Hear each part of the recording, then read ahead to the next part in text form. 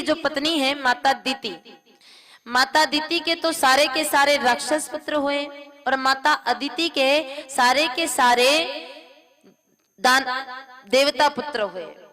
तो माता दिति का शोक बढ़ गया कि जब हम दोनों का पिता भी एक है, पति भी एक है, फिर ये भेद कैसा है? वो तो सभी देवताओं को जन्म देती हैं और मेरे सारे राक्षस ही राक्षस होते हैं। ये प्रश्न जब उठा मेरे भाई ने, तो प्रश्न लेकर के माता दिति कश्यप ऋषि के पास गई, अपने पति के पास में गई। जाकर के मेरे भाई ने इसका कारण पूछा तो कश्यप ऋषि ने बताया है कि जब अगर उत्तम पुत्र की प्राप्ति करनी हो, अच्छी संतान यदि चाहिए हो, तो उसके लिए नारी को पुंसवन व्रत करना पड़ता है। पुंसवन व्रत करने की विधि बताई है, यानी कि नारी को गर्भावस्था के दौरान कुछ नियमों का पालन करना चाहिए अगर उत्तम संतान चाहिए तो। उत्तम संतान प्राप्त करने के लिए नारी किन किन नियमों का पालन करे, इसका ज्ञान कश्यप ऋषि ने मेरे भाई बहन अपनी पत्नी दिति को दिया और दिति उन सभी नियमों का पालन करने लगी। उत्तम आज्ञाकारी सेवा करने वाला पुत्र अगर आवश्यकता है मेरे भाई बहन, तो हमें किन नियमों का पालन करना चाहिए माता दिति हमें आज कलयुग में बता रही है। क्योंकि देखो, जब हमारे घर में भी कोई नारी बहन गर्भवती हो जाती हैं, तो हम भी यही चाहते हैं कि हमारे घर पर कोई श्रवण कुमार आवे। हम भी यही चाहते हैं कि किसी को रावण कुमार भी चाहिए, किसी को रावण तो नहीं चाहिए, सभी को श्रवण चाहिए।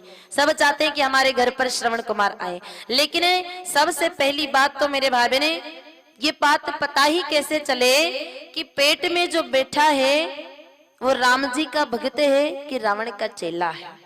पता ही कैसे चले कि ये राम जी का अंश है कि रावण का वंश है? भाई छोरा है कि छोरी है, ये तो मशीन बता देगी। लेकिन वो भगवान का भक्त है कि कोई कम भक्त है, ये कैसे पता चले? तो मेरे भाई बहन, शास्त्र हमें ये भी बताते हैं, विज्ञान तो नहीं बता सकता, लेकिन शास्त्र हमें ये भी बताते हैं कि बालक योग्य है कि योग्य नहीं है, ये शास्त्र बताते हैं। कैसे बताते? तुलसीदास जी महाराज जी ने कहा कि जा दिन ते हरि गर्भ ही आए, सकल लोक सुख संपत्ति छाए। तुलसीदास जी महाराज ने इस प्रश्न का उत्तर मेरे भाई ने आज से कितने ही वर्ष पूर्व दे दिया है। तुलसीदास जी महाराज जी ने कहा है कि जब से प्रभु श्री राम गर्भ में आए, तब से मेरे भाई बहन चारों तरफ अयोध्या में आनंद ही आनंद छाने लगा।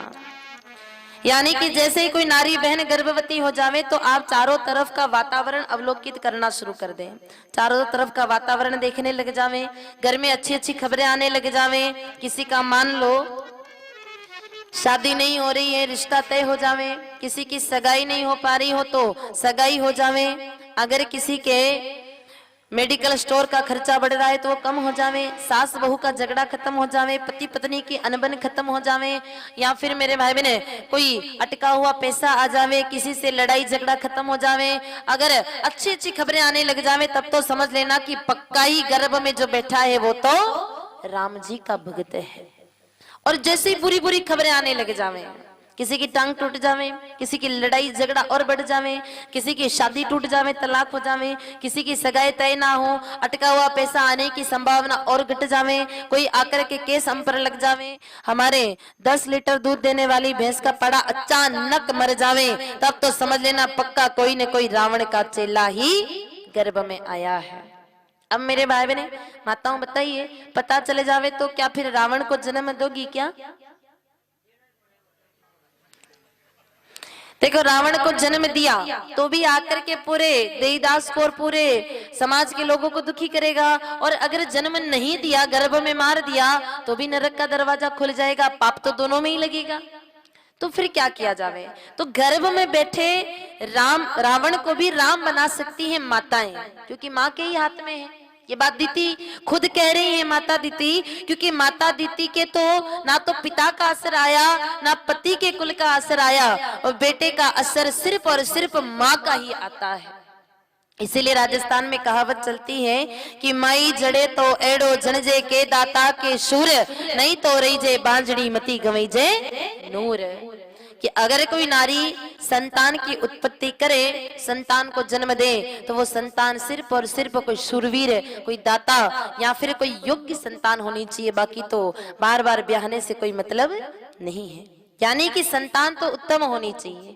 ये बात मेरे भाई ने राजस्थान के भजनों में भी कही जाती है। एक पंक्ति आती है राजस्थान के लोक गीतों में बाछो है इतिहास में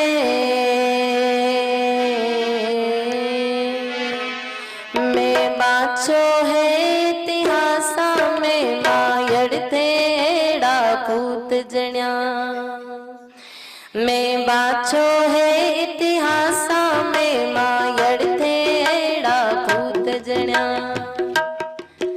अरमान ल जायो मीठा रोवे रणवीरा में सिरदार,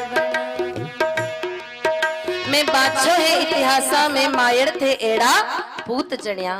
यानी कि ऐसे संतान को जन्म देने वाली कोई नारी होती है, वो एक माँ ही होती है। तो अगर हम सब चाहें कि उत्तम संतान की प्राप्ति हमारे जीवन में हो, तो उसके लिए गर्भावस्था के दौरान 3 नियमों का पालन नारी को करना चाहिए। पहला नियम ध्यान पूर्वक सुने। वैसे तो प्रवचन के दौरान हमने श्रवण किया था, लेकिन यदि कोई छूट गया हो, याद ना रहा हो, तो पुनः एक बार पुनरावृत्ति करेंगे कि सबसे पहले तो नारी को सूर्योदय से पूर्व उठावे। जैसे ही पता चले कि गर्भवती हैं, सूर्योदय से पूर्व उठावे। क्योंकि अपने यहाँ क्या होता है, ज्यादातर अगर बेटी गर्भवती हो जावे, बहू हो जावे तो कोई फर्क नहीं पड़ता, हो तो 4 बजे उठेगी तो उठना ही पड़ेगा। लेकिन बेटी गर्भवती हो जावे तो बेटी को तो 10 बजे से पहले बिस्तर से हिलने ही नहीं देते हैं कि बेटा तू बैठी रहे, तू तो बैठी रहे। और फिर वो भैंस के दूध में गोल गोल करके चाय और बिस्तर पर पिला देते हैं। फिर याद रखना, ऐसे में तो कुंभकर्ण का चेला आएगा, राम जी का भगत तो बिल्कुल भी नहीं आएगा। क्योंकि जो माँ खुद आलसी की तरफ बैठी बैठी मेरे भाई बहन सिर्फ ऑर्डर दे रही है, भैंस के दूध की चाय और पी रही है, तो गड़बड़ तो फिर उसकी होगी होगी। यानी बेटा आलसी आएगा। अगर उत्तम संतान चाहिए तो सबसे पहले तो उस नारी को सूर्योदय से पूर्व उठावे। उठाने के बाद में आधा किलो अनाज उस बेटी को दे दे और कहें कि बेटा हाथ की चाकी से घुमा करके दलिया बनावे। और उसके बाद में जब दलिया बन जावे, थोड़ा सा गुड़ मिला करके गाय माता जी को जिमावे। तीसरा नियम, गाय माता जी का 1 गिलास दूध पी करके सो जावे। अब देखो मेरे भाई बहने, बहुत सारी माताएं कहेंगी कि भाई आजकल की बेटियां तो हाथ की चाकी तो कोई नहीं चलावे, आजकल की तो दादियां ही होगी हाईटेक, अब तो दादी भी नहीं चलावे तो पुतिया कट्ठा सो चलावे। अब तो दादियां इतनी हाईटेक हो गई है कि अब आ गई इलेक्ट्रॉनिक चाकी। इलेक्ट्रॉनिक चाकी आ गई, बटन दबाया, जैसा चाहा वैसा आटा पाया। अब तो आटा भी बटन दबाने का भी लफड़ा करने की जरूरत नहीं पड़ती है। बाजार गए और बना बनाया आटे का कट्टा ही नौर से लेकर के आ जाती हैं। तो देखो आटा बाजार में मिल जाएगा, आटा इलेक्ट्रॉनिक चाकी भी दे देगी, लेकिन बेटा बाजार में नहीं मिलेगा। उत्तम बेटा देने का साधन तो सिर्फ और सिर्फ हाथ की चाकी है। क्योंकि जैसे जैसे हाथ की चाकी चलती है उसमें से गड़गड़ गड़गड़ गड़गड़ गड़गड़ की आवाज आती है। बोला आती कि नहीं आती है? आती है। और ये गड़गड़ गड़गड़ की आवाज कोई सामान्य आवाज तो है नहीं, ये तो साक्षात ब्रह्मनाद है, जो कानों के माध्यम से गर्भ में बैठे उस जीव तक जाता है, जिससे जीव का संबंध गर्भावस्था में ही शिव से हो जाता है। जैसे जैसे हाथ की चाकी चलती है वो भगवान नारायण की सुदर्शन चक्र की शक्ति को खींचती है, आंखों के माध्यम से वो दिव्य सतोगुणी शक्ति उस गर्भ में बैठे बालक तक पहुंचती है, जिससे बच्चा सतोगुणी होता है।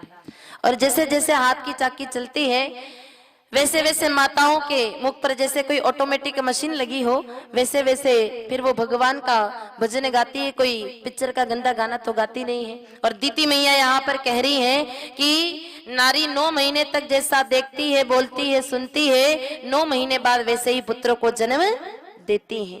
और विचार करिए, जो आंखों से सुदर्शन चक्र की शक्ति का दर्शन कर रही हैं, कानों से ब्रह्मनाद सुन रही हैं और मुख से भगवान का भजन गा रही है, तो संतान तो उत्तम ही जन्म लेकर के आएगी। इसलिए पहला नियम हाथ की चाकी से घुमा करके दलिया बनावे। और चाकी नहीं है तो चाकी ले आवे। क्योंकि मेरे भाई बहने, जब संतान की प्राप्ति के लिए हम क्या कुछ नहीं करते हैं, तो संतान की प्राप्ति के लिए मेरे भाई बहने 1, 2, 5 हजार की चाकी लानी पड़े तो क्या दिक्कत वाली बात है। एक चाकी लावे और हाथ की चाकी से घुमा करके ही दलिया बनावे। दूसरा नियम, गाय माता जी की फेरी लगावे। अब देखो फेरी लगाने में कितना लाभ है। अपन मंदिर जाते हैं तो मंदिर के गर्भगृह की परिक्रमा लगाते हैं, गिरिराज जी जाते हैं तो गोवर्धन जी की परिक्रमा लगाते हैं, देश नो करणी माता के धाम जाते हैं तो ओरण की परिक्रमा लगाते हैं। और मेरे भाई बहन, जब हम सभी जानते हैं प्रभु श्री राम ने धनुष को तोड़ा तब धनुष की भी परिक्रमा की, यानी जिसकी परिक्रमा करते हैं उसकी दिव्य सतोगुणी शक्ति हमारे शरीर में आकर के प्रवेश करती है। गाय माता में 33 कोटि देवी देवताओं का वास बताया है। 33 कोटि देवी देवताओं की शक्ति गौ माता की फेरी लगाने से गर्भ में बैठे बालक तक पहुंचती, इसलिए गौ माता की फेरी लगावे। और तीसरा नियम, गाय माता जी का 1 गिलास दूध पी करके सो जावे। गाय माता जी के दूध में वैज्ञानिक कहते हैं कि विटामिन ए यानी कैरोटीन की उपस्थिति रहती है, जिस दूध का सेवन करने से हमारे शरीर में हीमोग्लोबिन यानी कि रक्त संचार होता है, रक्त का निर्माण होता है। और भैंस का दूध जो माताएं पीती हैं, भैंस के दूध में बैड फैट, ट्रांसफैट, कोलेस्ट्रॉल ज्यादा होता है आयुर्वेद के अनुसार, जो शरीर में जाकर के सिर्फ फैट और आलस्य बढ़ाता है, उसके अलावा और कुछ भी बढ़ाने वाला नहीं है। इसलिए इन 3 नियमों का पालन करने पर उत्तम संतान की प्राप्ति नारी कर सकती है। तो दीति मैया यहाँ पर सभी नियमों का पालन कर रही है कि झूठे मुंह ना सोना, गीले पांव रख करके ना सोना, किसी की निंदा ना करना, किसी भी प्रकार के गलत संग को ना करना, सत्संग करना, अन्य सारे काम